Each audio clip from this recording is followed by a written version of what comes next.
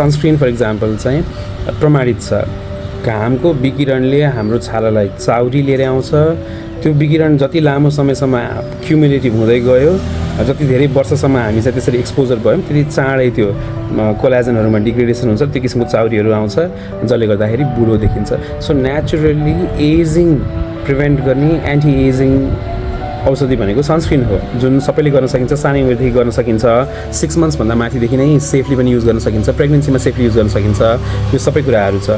Obviously त्यसको composition, त्यसको इन्ग्रिडियन्ट्सको percentage जुन इफेक्टिभ छ कि छैन भन्ने कुराहरू चाहिँ इम्पोर्टेन्ट भयो।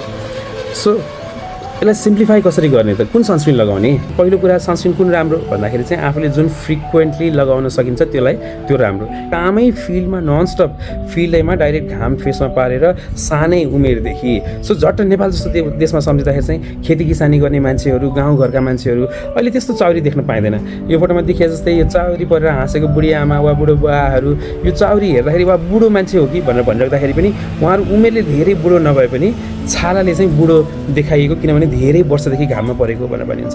सो चाउरीबाट जोगाउने थियो। क्यान्सरबाट जोगाउनलाई के गर्ने त? गोरा छालाहरू जसले चाहिँ सनबर्न प्रोटेक्सन फ्याक्टर भनेर चाहिँ यो तत्त्व निकालेर उनीहरूले चाहिँ क्यान्सर होला छालामा आउने घामबाट गर्ने क्यान्सरहरू, सनस्क्रिनमा फिल्टरहरू युज गर्ने भन्ने कुराहरू आयो। यो फिल्टरले चाहिँ अल्ट्राभायोलेट बीबाट जोगाउने भयो। अल्ट्राभायोलेट बीबाट जोगा जस्तै गरेर अल्ट्राभायोलेट एबाट पनि जोगाउनु पर्ने रहेछ है भनेर भन्ने अहिले आयो। भविष्यमा गएर अरू नयाँ कुरा पनि आउला। अहिले त्यो सँगसँगै चाहिँ HEV भनेर भन्छ, त्यो भिजिबल लाइटहरू जसमा चाहिँ एनर्जी हुन्छ। अब यस्तो कुराहरू गर्दा त साह्रै डरलाग्दो भयो नि त। घाममा त निस्किनै नहुने हो कि? घाम भने त खतरै कुरा हो कि? कालो छाला हाम्रो छालामा क्यान्सरबाट जोगाउनलाई यो कालो तत्त्व छ, हामीलाई जोगाउने चिज हो। यो हतपत्ती क्यान्सर लाग्दैन, त्यसको अर्थ क्यान्सरै लाग्दैन भनेर भनेको होइन। तर यसको खतरा धेरै चाहिँ गोरो छालालाई छ कालो छालालाई भन्दा। फिट्जप्याट्रिकको स्किन टाइप हामीहरू टाइप 3, 4, 5 मा नर्मली पर्छौँ। सेन्सिटिभ छालालाई अलिकति कालो बनाउन सक्ने भयो यदि टाइप 3, 4, 5 हो भने।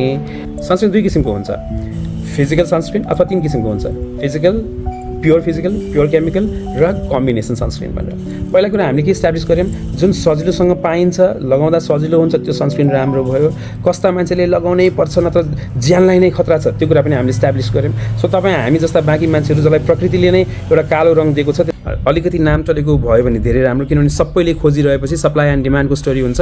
मान्छेले जे पनि लिने, जे पनि त्यो नाम राखिदिएपछि लाने, यति भएपछि जस्तो खालको औषधि पनि बजारमा पाइन्छ सबैको क्वालिटी राम्रो चाहिँ हुँदैन। केही ब्रान्डेड नामहरू लिने, रेकमेन्डेसनको लागि डर्मेटोलोजिस्टकोमै जाने, उहाँहरूलाई यति जागिर खान दिउँ न प्रभु। कस्तो खालको प्रोडक्ट गर्ने त? जेल बेस्ड गर्ने कि वाटर रेजिस्टेन्ट गर्ने कि स्वेट प्रुफ र वाटर प्रुफ भएको चाहिँ चाहिन्छ कि एसपी फ्याक्टर एकदम 100 भएको राम्रो हुन्छ कि? यस्ता कुराहरू गरिराख्दाखेरि चाहिँ पहिला सुरुमा त्यसको मेकानिजम र टेक्नोलोजी बुझ्ने। अहिलेको प्राय सनस्क्रिनहरू चाहिँ मिक्स्ड सनस्क्रिन हुन्छ र त्यो that is better one. Broad spectrum भनेर चाहिँ हामीले चुज गर्नु पऱ्यो। ब्रड स्पेक्ट्रम तब मात्रै पोसिबल छ जब उसले UVA, UVB दुवैलाई कभर गर्छ।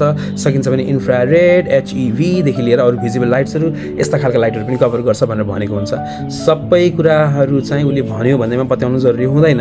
अस्ति भर्खरै अस्ट्रेलियामा टेस्ट गर्दाखेरि पनि कतिवटा सनस्क्रिनहरू चाहिँ त्यसले जुन क्लेम गरेको छ त्यो पुगेकै छैन। ब्रड स्पेक्ट्रम छ, सनस्क्रिनमा SPF 50+ छ र आफूलाई चाहिँ लगाउँदाखेरि इजी छ, एप्लिकेसन राम्रो छ, ब्यागमा क्यारी गरेर हिँड्नलाई वा सँगै आफूसँग बोकेर हिँड्नलाई धेरै गाह्रो छैन।